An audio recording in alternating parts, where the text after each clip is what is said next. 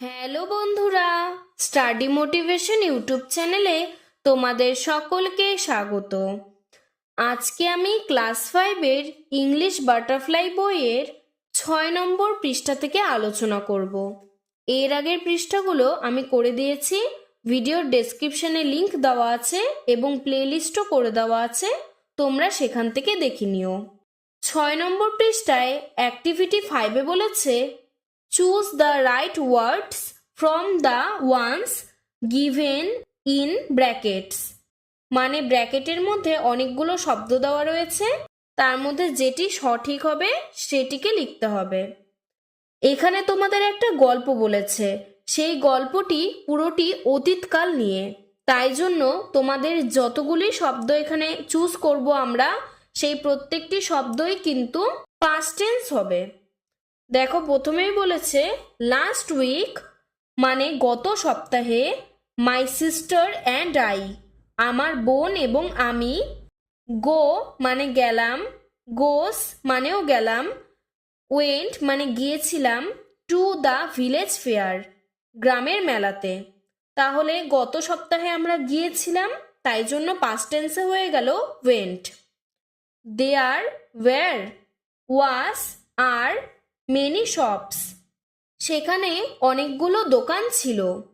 তাহলে এখানে আর হবে না, কারণ এটি প্রেজেন্ট টেন্স, তো এখানে ওয়্যার অথবা ওয়াস হবে। যেহেতু এখানে মেনি শপস মানে অনেকগুলো দোকানের কথা বলেছে, তাই প্লুরাল নাম্বার হলো ওয়্যার, নয়তো আমরা ওয়াস বসাতাম।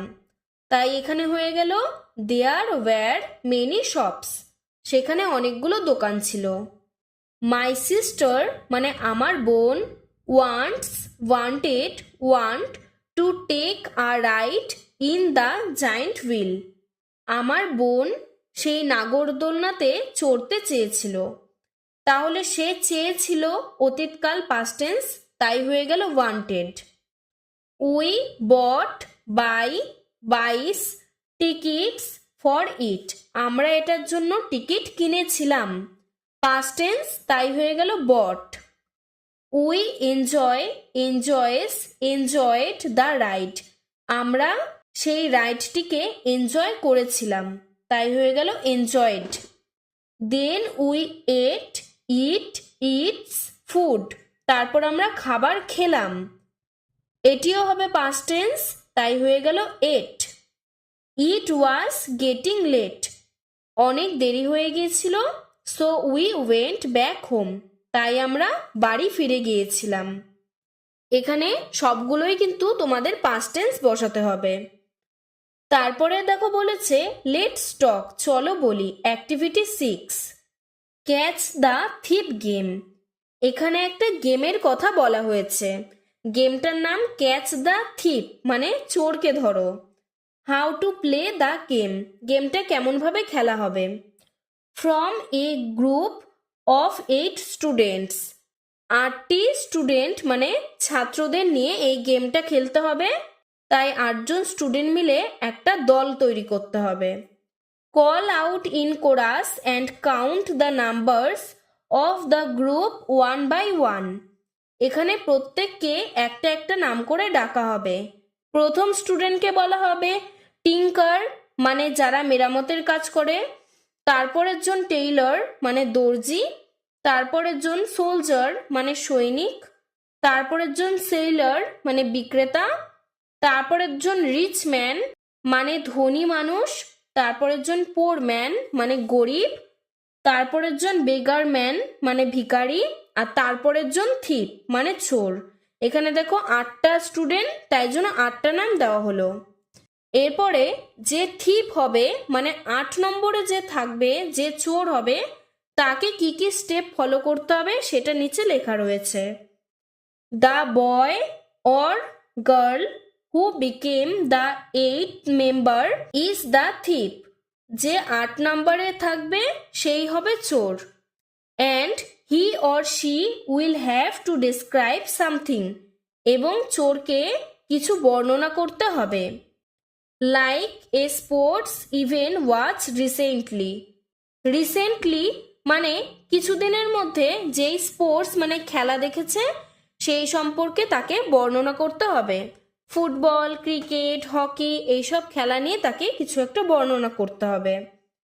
If his or her description is satisfactory everyone will clap. যদি তার বর্ণনাটি সন্তুষ্টজনক হয় তাহলে সবাই হাততালি দিবে।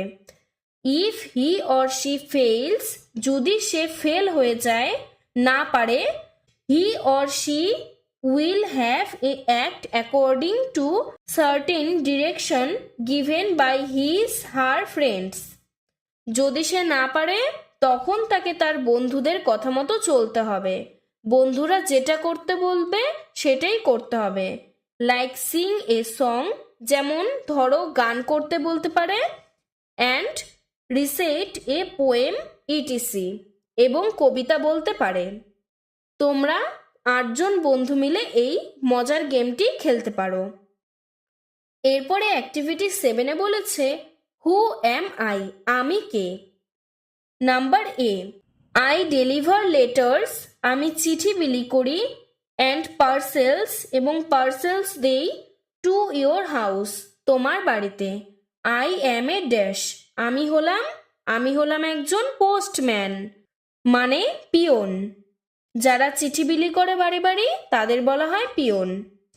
Number B, I assist doctors, আমি ডক্টরকে সাহায্য করি। I look after the sick in hospital, আমি হাসপাতালে অসুস্থ রোগীদের দেখাশোনা করি। আই এম এ ড্যাশ, আমি হলাম একজন nurse. Number C, I drives buses and taxis, আমি বাস এবং ট্যাক্সি চালাই। I can also drive trucks, আমি ট্রাকও চালাই। আই অ্যাম এ ড্যাশ, আমি হলাম একজন ড্রাইভার, মানে চালক।